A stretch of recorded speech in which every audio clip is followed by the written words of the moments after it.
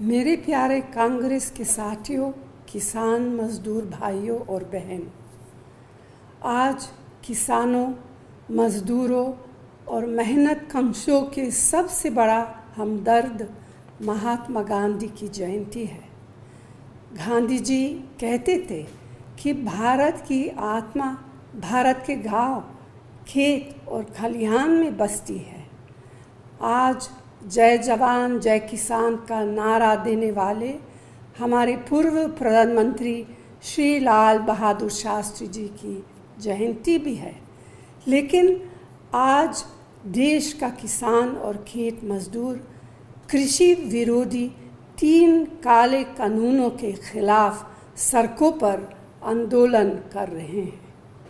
अपना खून पसीना देकर देश के लिए अनाज उगाने वाले अन्नदाता किसान को मोदी सरकार खून के आंसू रुला रही है। कोरोना महामारी के दौरान हम सब ने सरकार से मांग की थी कि हर ज़रूरतमंद देशवासी को मुफ्त में अनाज मिलना चाहिए। तो क्या हमारे किसान भाइयों के बगैर यह संभव था कि हम करोड़ों लोगों के लिए 2 वक्त के भोजन का प्रबंध कर सकते थे? आज देश के प्रधानमंत्री हमारे अन्नदाता किसानों पर घोर अन्याय कर रहे हैं, उनके साथ नाइंसाफ़ी कर रहे हैं। जो किसानों के लिए कानून बनाए गए उनके बारे में उनसे सलाह मशविरा तक नहीं किया गया, बात तक नहीं की गई। यही नहीं, उनके हितों को नज़रअंदाज करके सिर्फ चंद दोस्तों से बात करके किसान विरोधी 3 काले कानून बना दिए गए।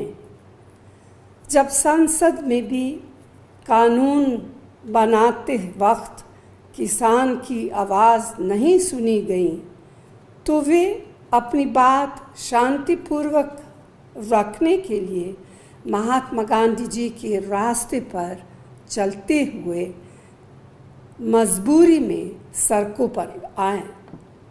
लोकतंत्र विरोधी, जन विरोधी सरकार द्वारा उनकी बात सुनना तो दूर, उन पर लाठियां बरसाई गईं।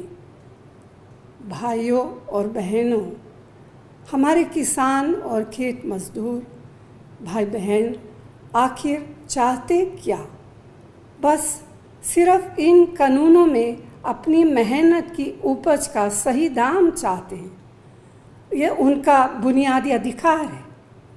आज जब अनाज मंडियां ख़त्म कर दी जाएगी, जमाखोरों को अनाज जमा करने की खुली छूट दी जाएगी, किसान भाइयों की ज़मीनें खेती के लिए पूंजीपतियों को सौंप दी जाएगी, तो करोड़ों छोटे किसानों की रक्षा कौन करेगा?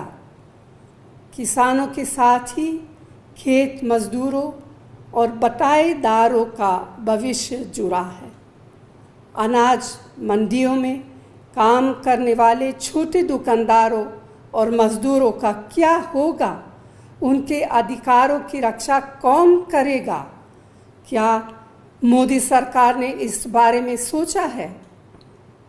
कांग्रेस पार्टी ने हमेशा हर कानून जन सहमति से ही बनाया है। कानून बनाने से पहले लोगों के हितों को सबसे ऊपर रखा है।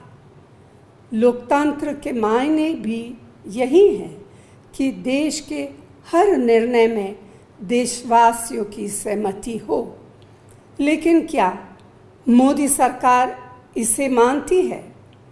शायद मोदी सरकार को याद नहीं है कि वो किसानों के हक के भूमि के उचित मुआवजा कानून को ऑर्डिनेंस के माध्यम से भी बदल नहीं पाई थी। इन 3 काले कानूनों के खिलाफ भी कांग्रेस पार्टी संघर्ष करती रहेगी। आज हमारे कार्यकर्ता हर विधानसभा क्षेत्र और ज़िले में किसान और मजदूर के पक्ष में आंदोलन कर रहे हैं। मैं दावे के साथ कहना चाहती हूँ कि किसान और कांग्रेस का यह आंदोलन सफल होगा और किसान भाइयों की जीत होगी। जय हिंद।